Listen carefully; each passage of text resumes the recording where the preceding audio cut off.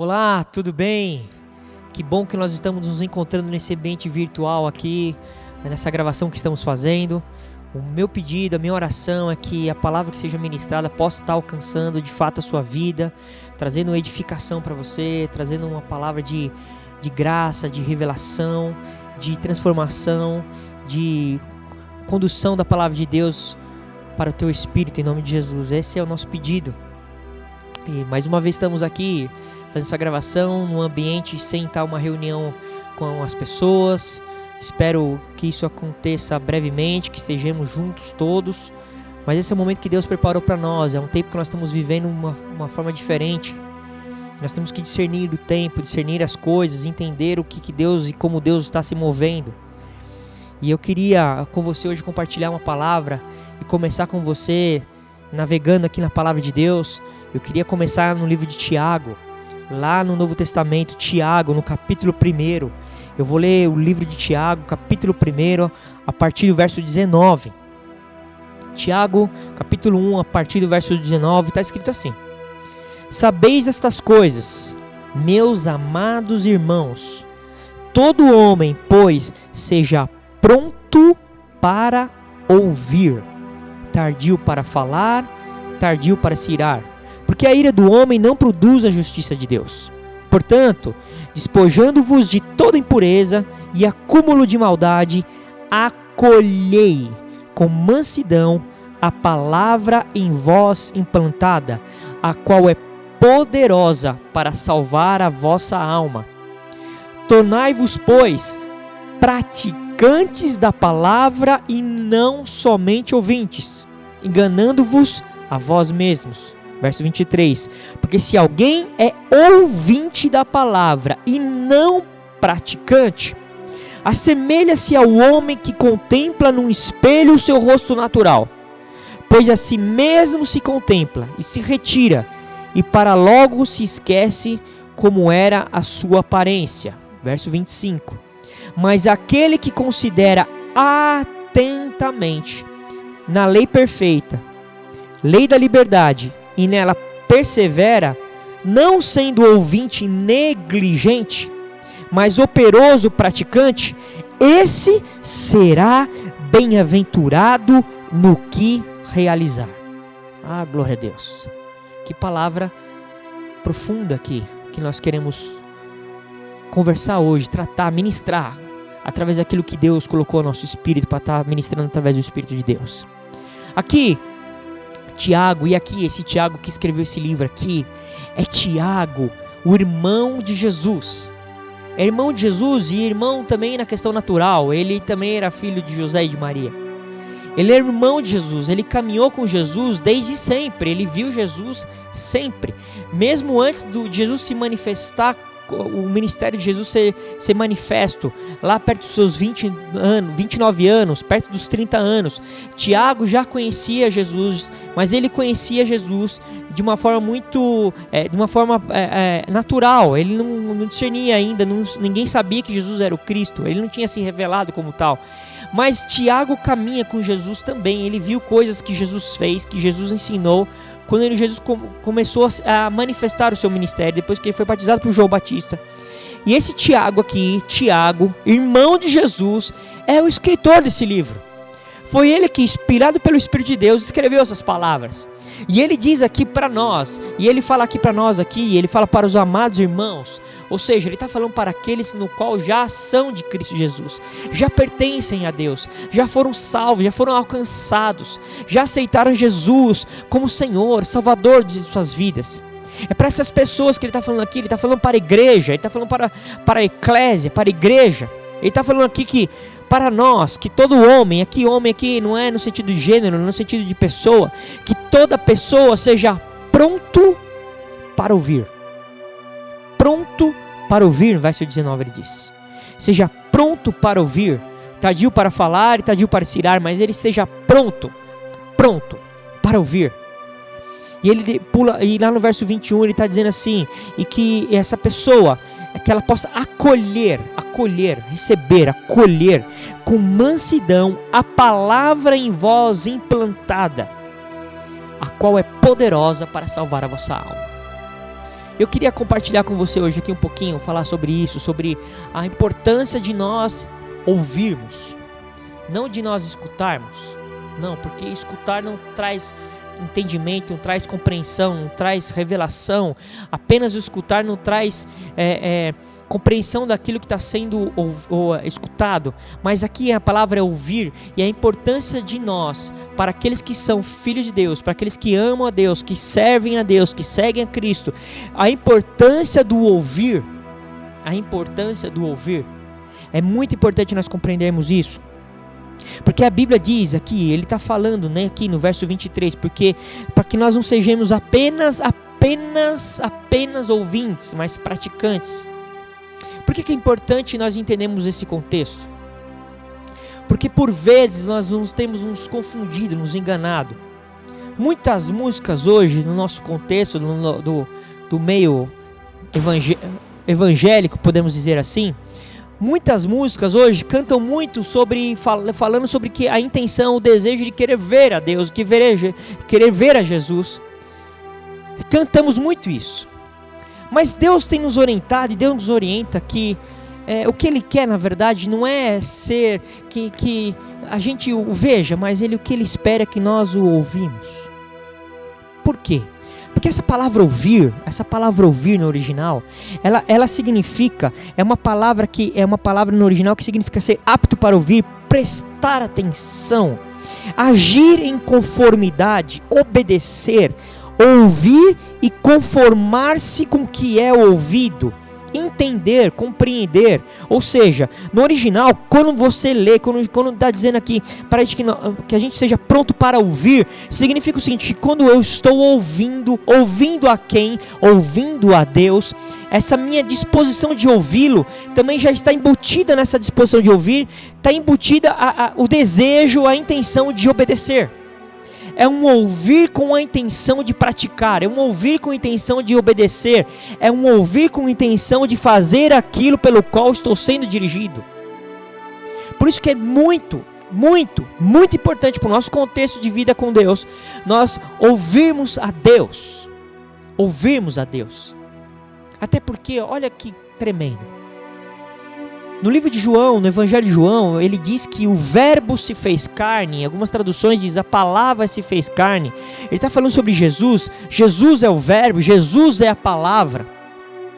O que então importa para nós? Se Jesus é a palavra, foi a palavra que encarnou, foi a palavra que se revelou, a palavra que esteve entre nós, a palavra que morreu por nós na cruz, essa palavra que ressuscitou ao terceiro dia, e essa palavra que está sentado hoje à destra do Pai, intercedendo por nós, ali esperando o momento certo dele voltar. Essa palavra, o que ele espera que a gente faça?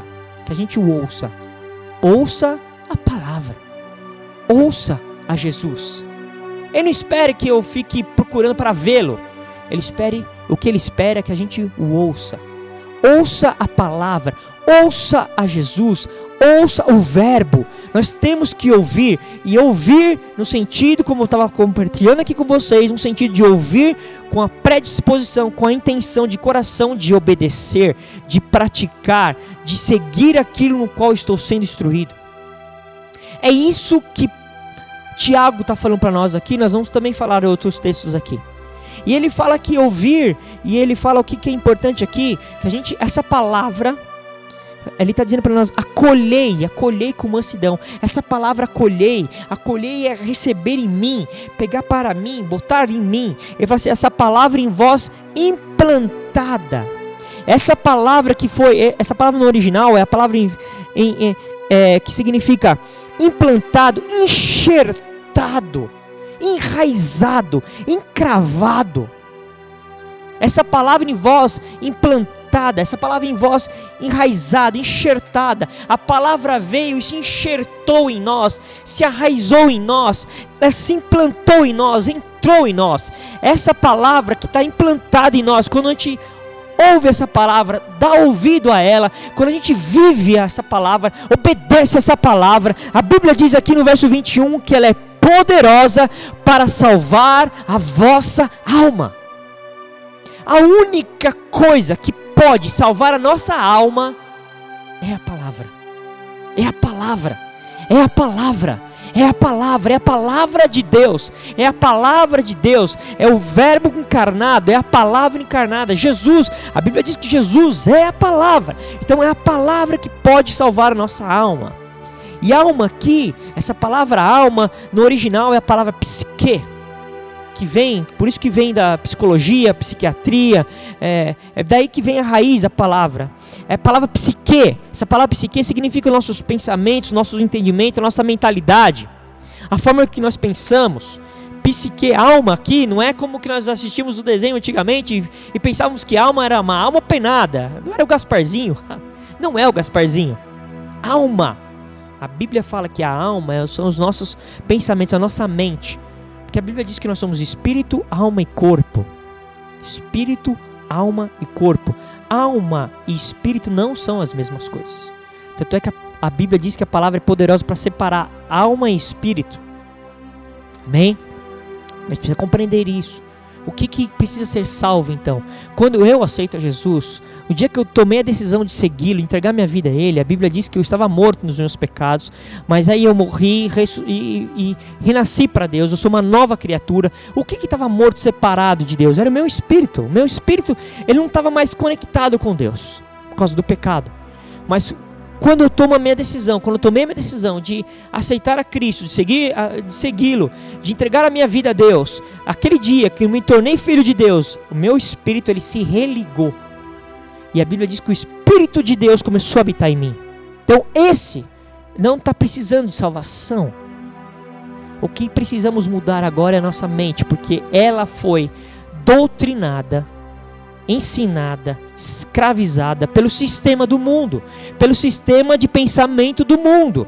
O que nós precisamos mudar então? O que precisa ser salvo, resgatado, mudança de mentalidade? É a nossa alma, os nossos pensamentos, a forma que nós agimos, pensamos, é a forma que nós iremos praticar, a forma que nós iremos agir. Como eu penso, a Bíblia diz lá em Provérbios, assim como pensa a minha alma, assim eu sou, assim ele é. Provérbios fala sobre isso. Então o que eu preciso deixar que seja salvo? A minha alma. E como a minha alma é salva? Através da palavra. Através da palavra de Cristo. Através da palavra. Através da palavra. Por isso que não tem como, eu não consigo entender, não consigo fazer uma conexão, que como que pode alguém dizer que é filho de Deus, que ama a Deus, que serve a Deus e não se relaciona com a palavra. Não se relaciona com a palavra dele. Não tem como, é impossível, é uma vida vazia, oca, na verdade talvez nem vida seja, nem talvez convertida a pessoa seja, porque é impossível alguém que se converteu, que ama a Deus, não ser desejoso da palavra dele. Não tem como, porque é nela que nós temos a fonte da vida, é nela que encontramos a revelação, é nela que Cristo se revela a nós. É evidente que Deus, ele fala conosco da forma que ele quiser, do jeito que ele quiser, ele usa o instrumento que ele quiser. É claro que sim, mas ele deixou a palavra dele para falar conosco, para nos ensinar, para nos conduzir, para trazer revelação, para mostrar, para ele se revelar também a nós. Então, é muito importante a gente compreender isso, ter esse entendimento sobre essa questão, porque senão a nossa vida cristã vai ser uma vida religiosa apenas. Vai ser uma vida de ritos religiosos, entendimentos religiosos vindo pela uma cultura do mundo. A cultura do mundo nos ensina, é que nos faz entender como as coisas de Deus funcionam. Mas quando eu recebo revelação aqui, vindo da palavra, essa palavra é capaz de salvar, de mudar a minha vida, salvar a minha alma. E ele fala aqui no verso 22... Tornai-vos, pois, praticantes da palavra e não somente ouvintes. Porque se eu apenas ouvir e não praticar, aquilo não vai fazer mudança em minha vida. Aquilo não gerou mudança de entendimento, mudança de mentalidade. Mas a Bíblia está falando para nós assim, sejamos praticantes da palavra. Não é praticante de uma religião, não é praticante de uma doutrina não é praticante da teologia, é praticantes da palavra. Aquilo que a palavra me instrui, aquilo que a palavra me ensina, aquilo que a palavra se revela a mim, eu tenho que praticá-la, botá-la em prática, fazê-la gerar vida, ser verdadeira, real, efetiva. Praticantes, sejamos praticantes e não somente ouvintes, porque no final do versículo 22 diz assim que, enganando-vos a vós mesmos. Aqueles que apenas ouvem e não praticam, eles não estão enganando ninguém mais do que eles mesmos. Enganando-vos a vós mesmos. Não adianta você frequentar uma igreja por 20, 30 anos e não mudar sua forma de pensar, não praticar a palavra. Você só está enganando a você mesmo. Talvez você, esteticamente, por fora, você tenha até uma característica de uma pessoa bem religiosa. Você se veste com decência, você se porta um pouco com decência, mas isso é apenas uma casca. Não vale de nada, você está enganando a si mesmo. O que nós pensamos sobre igreja, o que nós pensamos sobre Deus, o que nós pensamos sobre as coisas de Deus? Nós pensamos que igreja é um lugar que eu frequento aos domingos, alguns frequentam aos sábados, e aí você chega no domingo e... agora eu vou à igreja. Aí você vai ali, volta para casa, já cumpri com a minha obrigação. Isso não é viver o evangelho na verdade. Quando nós vamos até um endereço, até um local onde uma igreja local se reúne, aquilo serve para que a gente, de uma forma coletiva, a gente se autoedifique, a gente adore de uma forma coletiva, que a gente possa estar abençoando o irmão, que a gente possa estar se relacionando com o nosso corpo, com o corpo de Cristo, que a gente possa estar funcionando como o corpo de Cristo, servindo ao corpo de Cristo, edificando outras pessoas, fazendo uma oração coletiva, uma adoração coletiva, nos movimentarmos de uma forma coletiva como o corpo de Cristo. É por isso que nós nos reunimos como igreja. A igreja se reúne no endereço, no local, ela se reúne no local para que elas possam estar tendo essa edificação mútua, uns dos outros, uma edificação mútua, para que a minha mentalidade que eu tenho que ir, quando eu vou para uma reunião como essa, a mentalidade minha não é, eu vou lá para receber, eu vou lá para ser abençoado. Não, você está pensando errado. Você tem que ir não para receber, mas para dar. A Bíblia diz que é melhor dar do que receber. Eu vou ali para abençoar alguém, eu vou ali para poder ajudar alguém, nem que seja às vezes um simples abraço, um simples afeto, uma palavra de liberação de fé, às vezes um gesto simples pode ser, mas servindo da forma que Deus o direcionou, do jeito que Deus estabeleceu para você. É com essa mentalidade que a gente deveria vir para uma reunião. Vir para uma reunião e falar assim, eu vou adorar a meu Deus com os meus irmãos, eu vou glorificar a Deus junto com o corpo de Cristo, eu vou poder servir de alguma forma. Porque nós pensamos que servir a Deus é só quando estamos em cima de um lugar como esse, diante de um púlpito, ou quando estamos tocando, ou quando estamos ensinando. Não é só isso não, isso é uma das formas. Existem várias formas de servi-lo, de servir a Deus e sua igreja. Nós temos que ter esse entendimento, essa compreensão. Nós temos que entender que existiu uma palavra e essa palavra foi implantada, ela foi enxertada em nós. Por que ela foi implantada em nós? Porque antes ela não estava implantada em nós, não estava em nós. E quando nós o aceitamos, essa palavra veio e se foi enxertada em nós. O que nós temos que fazer agora com essa palavra? Ouvi-la com a intenção de praticá-la, pô-la em prática, fazer aquilo no qual Deus estabeleceu. E aqui ele continua dizendo assim, porque se alguém é ouvinte da palavra e não praticante, ou seja, alguém pode ouvir e não praticar. Ele fala assim, assemelha-se ao homem que contempla no espelho o seu rosto natural, pois a si mesmo se contempla e se retira, e para logo se esquece de como era a sua aparência. A Bíblia está fazendo aqui um exemplo, está dando um exemplo de como é uma pessoa que apenas ouvinte e não pratica. Essa pessoa é semelhante a um homem que chega diante do espelho e ele vai ali e ele a si mesmo ele se contempla. A palavra está dizendo para nós que quando nós chegamos diante dela, quando nós chegamos diante da palavra, é como se fosse um espelho e ela revela a nós mesmos para nós mesmos. A palavra me expõe, ela expõe o meu coração. Mas quando eu apenas sou ouvinte, é como se eu estivesse diante do espelho, eu visto o meu rosto natural e eu saio e daqui a pouco eu esqueço como que era meu rosto. É dessa forma, aqueles que apenas ouvem e não praticam. Você é exposto diante da palavra, a palavra se revela, se expõe para você. Quando você não pratica, é como que você esquece, como que foi que mesmo que aconteceu, o que mesmo que Deus falou, aquilo se perde. E no verso 25 ele fala assim, mas aquele que considera atentamente, ou seja, aquele que pega a palavra, considera, recebe de uma forma intencional, ele tem uma intenção, não é um anjo que vem, não é o Espírito Santo que vai te pegar e vai te chacoalhar, não, você decide de uma forma decidida, você de uma forma atenta, intencional, atentamente, quando você considera a palavra, que aqui fala a lei perfeita, a lei da liberdade, e nela persevera, não sendo um ouvinte negligente. Por quantas vezes você ouve uma palavra, você escuta aquilo, e na primeira oportunidade que tem de você pôr em prática, você vacila, você erra, você não faz aquilo no qual você foi instruído. E aqui ela fala assim, e não sendo um ouvinte negligente, mas operoso praticante, olha o que a Bíblia diz, esse será bem-aventurado. A palavra bem-aventurado significa feliz, significa abençoado, ou seja, você vai ser bem-aventurado, abençoado no que realizar.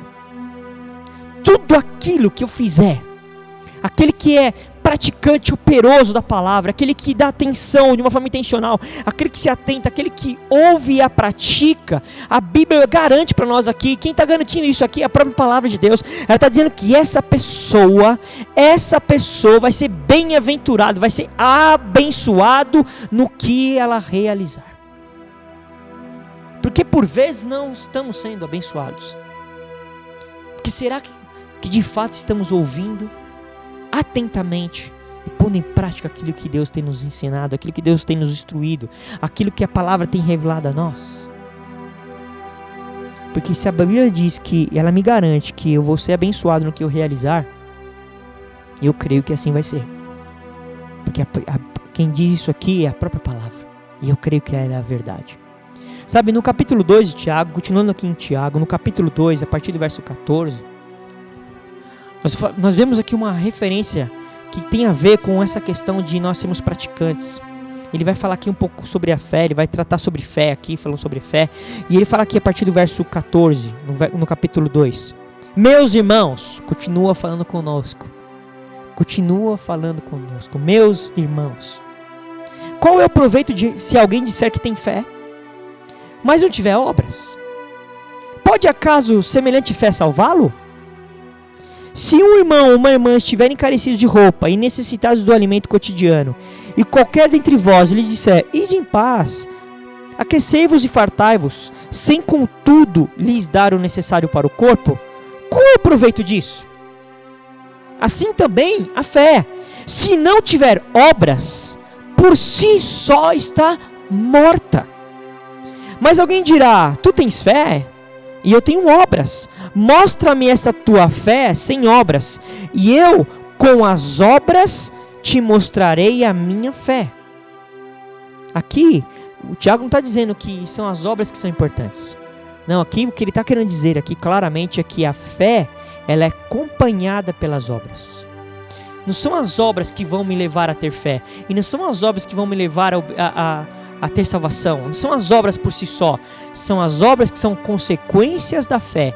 A minha fé gerou em mim a minha prática, a fé gerou em mim as obras que eu pratico, a fé é o motivo pelo qual eu executo as obras no qual Deus tem.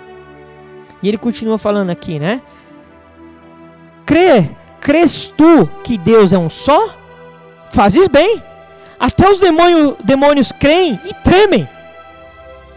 Queres, pois, ficar certo, ó homem sensato, de que a fé sem obras é inoperante?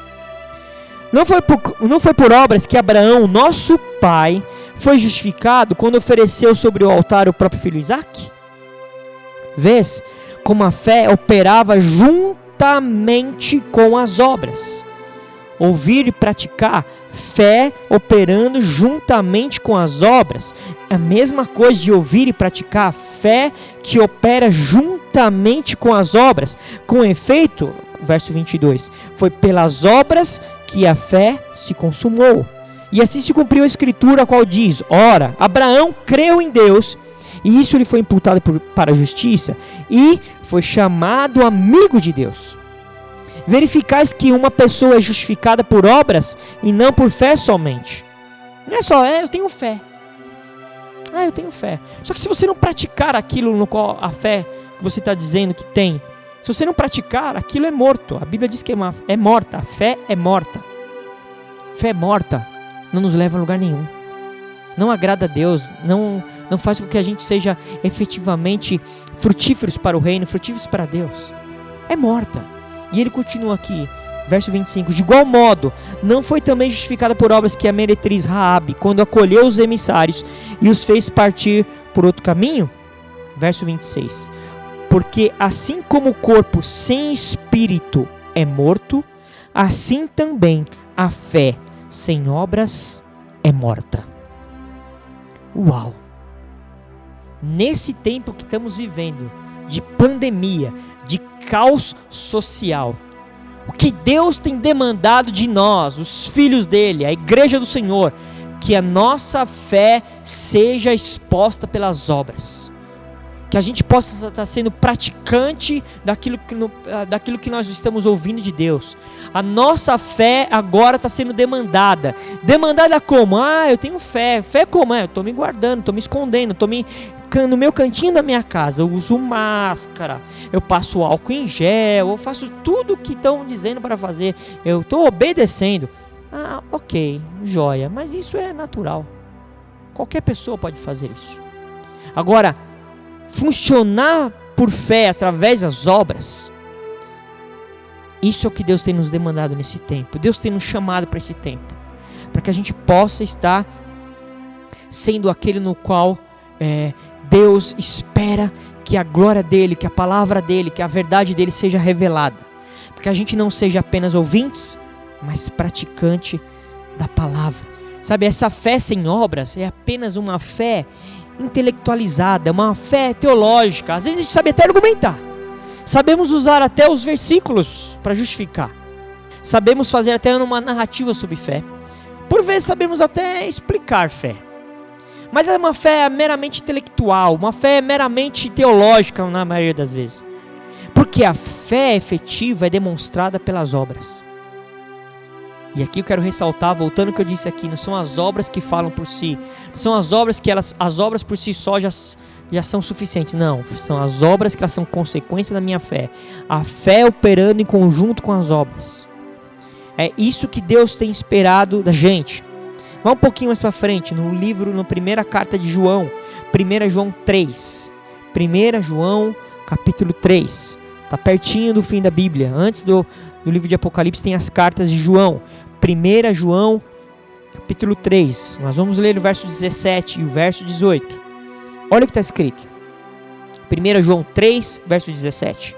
Ora, aquele que possui recursos deste mundo e vir a seu irmão padecer necessidade e fechar-lhe o coração, como pode permanecer nele o amor de Deus? Verso 18. Filhinhos, não amemos de palavra, nem de língua, mas de fato e de verdade. Esse texto aqui, ele está conversando com o texto que nós lemos de Tiago, tanto do capítulo 1 como do capítulo 2. Ele está dizendo assim, como você pode dizer que você ama? Como você pode dizer que você tem o amor de Deus? Se você vê uma pessoa necessitada, você vê que tem alguém necessitado e você tem recursos, e você vê a pessoa padecer necessidade, um irmão padecer necessidade, e você fecha seu coração. Como a Bíblia diz, como que pode permanecer nele o amor de Deus? Uma coisa não conversa com a outra. Como que eu posso ver meu irmão passando uma necessidade, meu irmão sucumbindo, e eu tendo recursos, e eu não faço nada, eu fecho o meu coração, eu dou as costas? Que fé é essa? Que evangelho é esse? Que igreja é essa? E ele fala: filhinhos, falando conosco, não amemos apenas de palavra, nem de língua, mas de fato e de verdade. O que nós temos que fazer nesse tempo é decodificar a palavra. Decodificar a palavra de Deus. Gerar nela, através da palavra, de ouvir a palavra, isso gera fé em mim. E através dessa fé eu ponho em prática aquilo no qual a palavra tem se revelado. Eu queria ler com você agora Lucas, Evangelho de Lucas, Lucas capítulo 11, a partir do verso 27. Lucas capítulo 11, a partir do verso 27, o Evangelho de Lucas. Olha o que está escrito no capítulo 11, a partir do verso 27. Ele fala assim: ora, aconteceu o quê? Ao dizer Jesus essas palavras, uma mulher que estava entre a multidão exclamou e disse-lhe: bem-aventurada aquela que te concedeu e os seios que te amamentaram. Uma mulher estava no meio da multidão e viu tudo que Jesus estava fazendo, as grandes coisas que Jesus estava fazendo, e ela ficou emocionalmente mexida. A alma dela, os sentimentos dela ficaram mexidos com aquilo que ela viu, e ela diz: olha, bem-aventurada é a mulher que te gerou, que te concedeu, que te amamentou. Essa mulher é bem-aventurada, essa mulher é abençoada. Olha o que Jesus responde. Ele, porém, respondeu: antes, bem-aventurados, antes, abençoados são os que ouvem a palavra de Deus e a guardam. Em outras traduções falam: e a praticam. Antes, quem são os bem-aventurados? Quem são os abençoados? Quem são os felizes? Quem são aqueles no qual recebem de Deus essa graça? Quem recebe de Deus essa liberação? Bênção é uma liberação de Deus sobre nossas vidas. São aqueles que ouvem a palavra de Deus e a guardam e a praticam. Esses sim, segundo Jesus, são os que são abençoados. Os que ouvem e praticam a palavra de Deus. É para isso que nós temos que funcionar. É dessa forma que nós temos que caminhar. É dessa forma que nós temos que entender. Nós temos que compreender a palavra, ouvir a palavra, ouvir com os ouvidos espirituais, ouvir não de uma forma natural, não como se aqui fosse um livro de história, um livro de doutrina religiosa, um livro teológico. Não, isso aqui é a palavra de Deus. Quando ela é entendida pelo Espírito, a Bíblia diz que ela é vida. E aí, ele fala assim: bem-aventurados são esses que ouvem e praticam. Vamos um pouquinho mais para frente no livro de João, Evangelho de João. Agora nós vamos para o Evangelho de João. João, capítulo 13. Evangelho de João, capítulo 13, verso 17. Olha o que ele fala aqui. Ora, se sabeis essas coisas, bem-aventurados sois se as praticais. Aqui ele está falando algumas coisas aqui importantes aqui no contexto do capítulo 13, e ele fala: olha, se você sabe disso, se você já tomou conhecimento disso, se você recebeu revelação disso, bem-aventurados vocês sois se praticardes. Se praticardes. Se praticardes. Ou seja, eu vou ser abençoado se eu pôr em prática a palavra de Deus. A palavra de Deus. Dizer que conhece a Deus, dizer que crê em Deus. E daí? Nós lemos lá no livro de Tiago que o Tiago fala assim: e daí? Grande coisa, tudo bem, faz bem você crer, mas até os demônios creem e tremem. Ou seja, você não está fazendo nada demais que um demônio. A mesma coisa que um demônio. Eu creio que Deus existe. Eu creio sim que Deus é Deus. Eu creio que Jesus é o Filho de Deus. Ok, começou bem. Mas se parar por aí, de nada vai valer. Mas se pormos em prática, seremos bem-aventurados, seremos abençoados. Quero ler com você agora o livro de Mateus, Evangelho de Mateus. Mateus capítulo 21.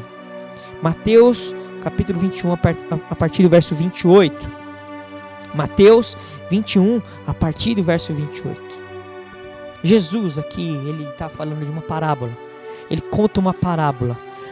e ele conta essa parábola. Jesus usava as parábolas para falar conosco, porque como nós temos dificuldades às vezes para entender as coisas do mundo espiritual, como funcionam os princípios do reino, Jesus usa as coisas naturais, através de parábolas, para explicar um princípio do reino, para explicar um princípio de Deus, uma verdade de Deus.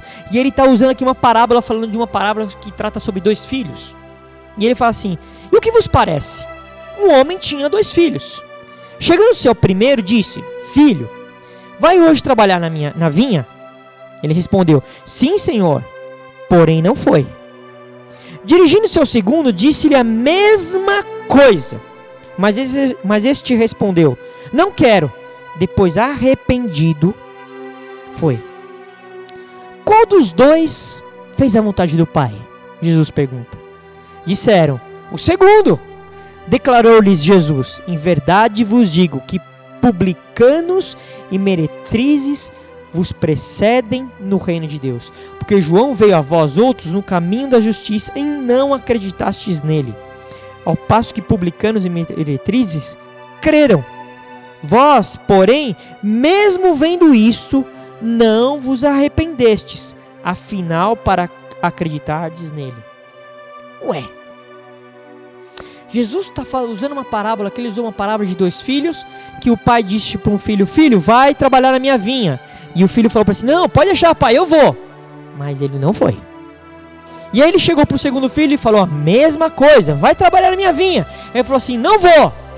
Mas aí a Bíblia diz que ele é arrependido, se arrependeu daquilo que ele falou e foi. E ele pergunta: quem fez a vontade do pai? E eles responderam: o segundo filho. E o engraçado é que Jesus usa essa parábola para falar aqui sobre acreditar, sobre aqueles que acreditam, aqueles que tiveram fé, aqueles que acreditaram nele. E preste atenção, essa conexão que Jesus faz aqui sobre o crer, o acreditar nele, tem a ver com o fazer. Porque aquele que fez, foi trabalhar, aquele que acabou efetivamente trabalhando é o que acredita. Ou seja, não adianta você dizer: eu tenho fé, eu vou à igreja, eu dou o dízimo, você sabia? Olha, você acredita? Eu dou o dízimo, eu ajudo lá, eu frequento. Você acredita que eu não chego nem atrasado nas reuniões? Você acredita? Eu estou sempre ali, firme. Eu sou uma pessoa sempre praticante ali do que falam pra gente fazer. Eu me envolvo. Muito bem. Você vai trabalhar? Vou para contar comigo. Conte comigo. Olha, quando você for demandado pela fé, quando você for demandado diante das tribulações, quando você estiver diante de uma perseguição, quando você estiver diante de uma situação de confronto, você vai fazer aquilo que eu estou te ensinando? Sim, pode contar comigo, eu vou fazer. Mas quando chega no momento, a pessoa não faz. Mas o outro fala assim: eu não sei. Mas ele se arrepende, entende que aquilo é o que deve ser feito, compreendeu qual que é a direção e vai e pratica aquilo no qual foi ensinado, direcionado, pedido. A Bíblia diz que esse sim faz a vontade do Pai. Esse é o que faz a vontade do Pai. Nesse momento de pandemia, será que você está praticando a fé? Será que tudo aquilo que você foi ouvindo, você pôs em prática? Será que tudo aquilo no qual alguns de vocês pode ser que estejam ouvindo há anos, ou apenas escutando? E nesse momento, será que nós estamos pondo em prática aquilo tudo que já foi implantado em nós? Uma coisa eu aprendi com Deus, que o Evangelho não é daqueles que dizem que são, mas o Evangelho é daqueles que efetivamente são, não os que dizem. Eu sou crente, eu sou evangélico. E alguns nem falam mais que são crentes, que são evangélicos. Alguns dizem que são da igreja tal, da igreja Y, da igreja X. Um equívoco. Mas o evangelho não é desses que dizem que são, mas o evangelho são daqueles que efetivamente são. É isso que é o evangelho. É isso que é o evangelho. Sabe? É isso que é o evangelho. Eu quero voltar um pouquinho também no próprio livro de Mateus, no capítulo 7. Eu quero ler com você Mateus capítulo 7. Mateus capítulo 7, a partir do verso, vou ler o verso 21. Mateus capítulo 7, verso 21. Nem todo aquele que me diz: Senhor, Senhor, entrará no reino dos céus, mas aquele que faz a vontade de meu Pai que está nos céus. Olha, Jesus está dizendo assim, não é toda maneira falar Senhor, Senhor, não é aqueles todos que, Senhor. Às vezes as pessoas vêm num ambiente como esse aqui, no momento que está ministrando uma música, e eles estão ali, levantando suas mãos. A gente vê diversos vídeos nas mídias sociais, as pessoas ali, mas quando são demandados, eles vacilam. Jesus está dizendo assim, não são esses que dizem Senhor, Senhor, que usam camisetas legais, vários estereótipos legais, que dizem que fazem a vontade do meu Pai, mas aquele que faz a vontade do meu Pai, que estás nos céus, esses entrarão no reino. E aí lá no verso 24, ele fala algo aqui tremendo, outra parábola. Todo aquele, pois, que ouve estas minhas palavras e as pratica, será comparado a um homem prudente que edificou a sua casa sobre a rocha. E caiu a chuva, transbordaram os rios, sopraram os ventos e deram com ímpeto contra aquela casa, que não caiu, porque fora edificada sobre a rocha. E todo aquele que ouve as minhas palavras e não as pratica, será comparado a um homem insensato, que edificou a sua casa sobre a areia. E caiu a chuva, transbordaram os rios, sopraram os ventos e deram com ímpeto contra aquela casa. E ela desabou, sendo grande a sua ruína. Jesus, outra vez aqui, está usando uma parábola para falar conosco, para explicar o princípio do reino. E ele está fazendo uma comparação aqui de dois tipos de pessoas, os obedientes e os que não são obedientes, os obedientes e os desobedientes. Ele compara que quem pratica é comparado com aquele que tem um alicerce. Quem pratica, quem ouve as palavras, ele fala assim, quem ouve as minhas palavras e as pratica é comparado com quem? Com o homem que tem alicerces, com o homem que construiu sua casa com alicerces fortes, o alicerce na rocha, fundamentou a sua casa, colocou alicerces firmes, estabeleceu sua casa de uma forma firme, na rocha. Esse é o que ouve e pratica. E ele compara com que aquele que ouve e não pratica é um homem sensato, é como se aquele construiu sua casa em cima da areia. E a Bíblia diz que vem e acontece uma coisa, a mesma coisa que acontece com um, acontece com outro, o que? Vem a chuva. E a chuva aqui é um simbolismo de adversidade, de confronto, de tribulação, de angústias. A chuva aqui é uma situação difícil que enfrentamos. E ela fala assim, veio a chuva, transbordaram os rios, sopraram os ventos e deram com ímpeto contra aquela casa, mas as que estava fundamentada não caiu. Não caiu. Por quê? Porque ela estava edificada na rocha. Vieram situações, vieram circunstâncias, vieram os ventos, e essa casa ficou firme. A outra, que foi edificada na areia, é o que ouve, mas não pratica. Quando vem a chuva, vem o vento, ela cai. E a Bíblia diz que ela desaba e grande é a sua ruína. Grande é a sua ruína.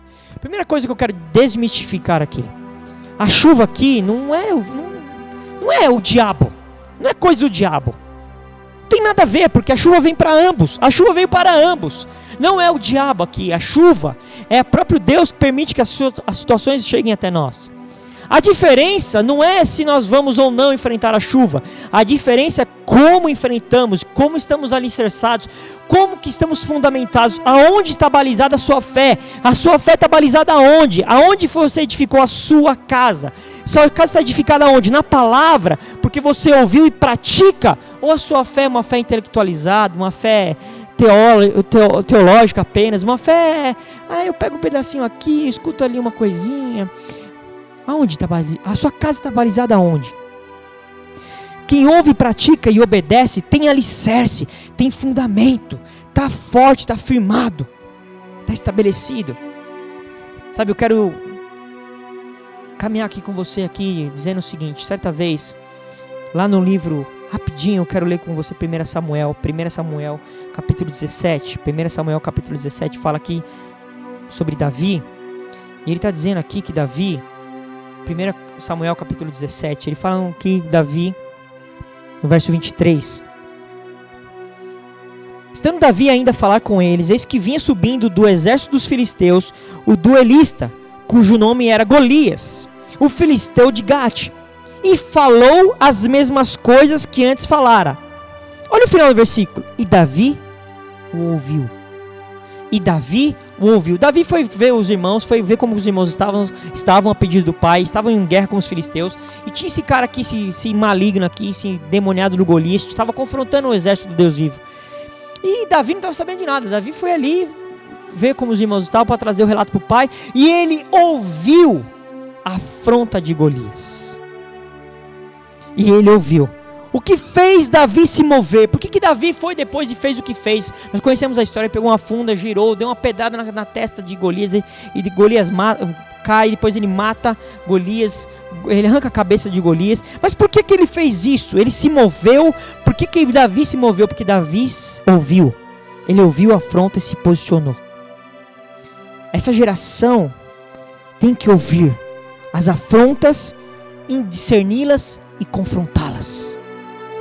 Nós temos que ouvir as afrontas, identificar o que são afrontas do diabo, do inimigo, que são afrontas do inimigo. As que são afrontas do inimigo, nós temos que ouvi-la, decodificá-la e enfrentá-la em nome do Senhor dos Exércitos, do Deus vivo.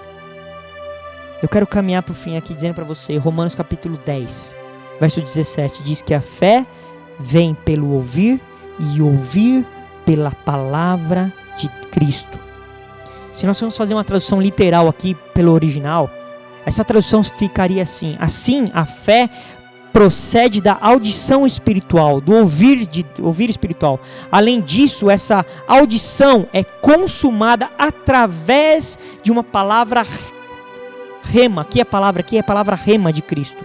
Ou seja, como que a fé vem? A fé vem pelo ouvir e ouvir pela palavra. Mas não é uma palavra intelectualizada, uma palavra simplesmente logo, a palavra escrita. É a palavra rema, palavra revelada. Quando eu dou ouvido para a palavra revelada, a fé vem. A fé vem pela palavra em voz implantada. Que Deus gere fé no seu espírito, em nome de Jesus. Que Deus te abençoe. Que Deus te abençoe tremendamente, em nome de Jesus.